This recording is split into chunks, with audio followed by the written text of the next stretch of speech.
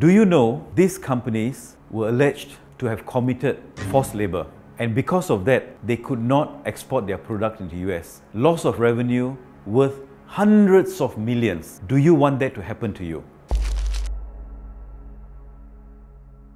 In conjunction with the International Day of Abolishment of Slavery, I would like to speak to you on what is modern day slavery. There are many aspects to modern day slavery. Let me share with you one aspect of modern day slavery that these organizations in Malaysia had trouble with, which is forced labor. There are 11 indicators identified by ILO, and these 11 indicators, if it is evident in the organization, that means there is a forced labor practices prevalent in those companies. So among these 11 indicators, we have got debt bondage. So what exactly is debt bondage?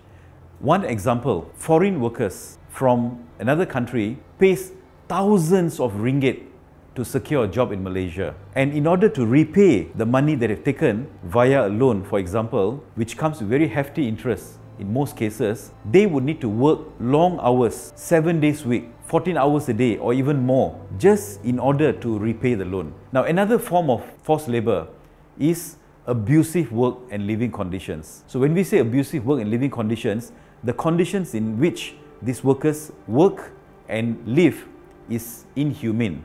For example, we have had cases workers stays in a container, right? And workers are crammed into these containers or even houses cramped more than the numbers permitted. So in order to prevent this, organizations are expected to have your accommodation approved by the Labour Department under Act 446. Are you doing that?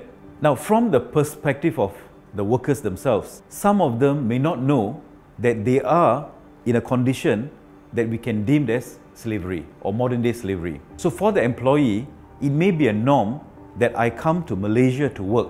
So my only job here, the only thing that I need to do is to work.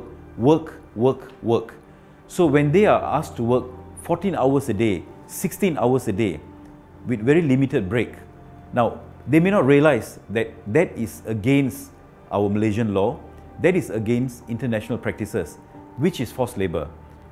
How do we educate these workers? How do we ensure that they don't get trapped in these practices?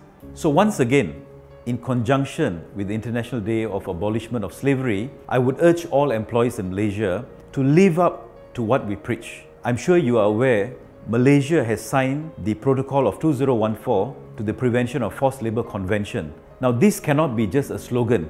This cannot be just a catchphrase. We must live it, right? As a human being, we do not want to treat another human being the way we do not want ourselves to be treated. So we really hope that each and every one of you, every organization in Malaysia, be it a foreign worker, be it a Malaysian employee, let's treat them with care, respect and dignity. So I hope you have taken point on what is forced labor, what is modern day slavery, and try your level best to prevent this from happening in your organization.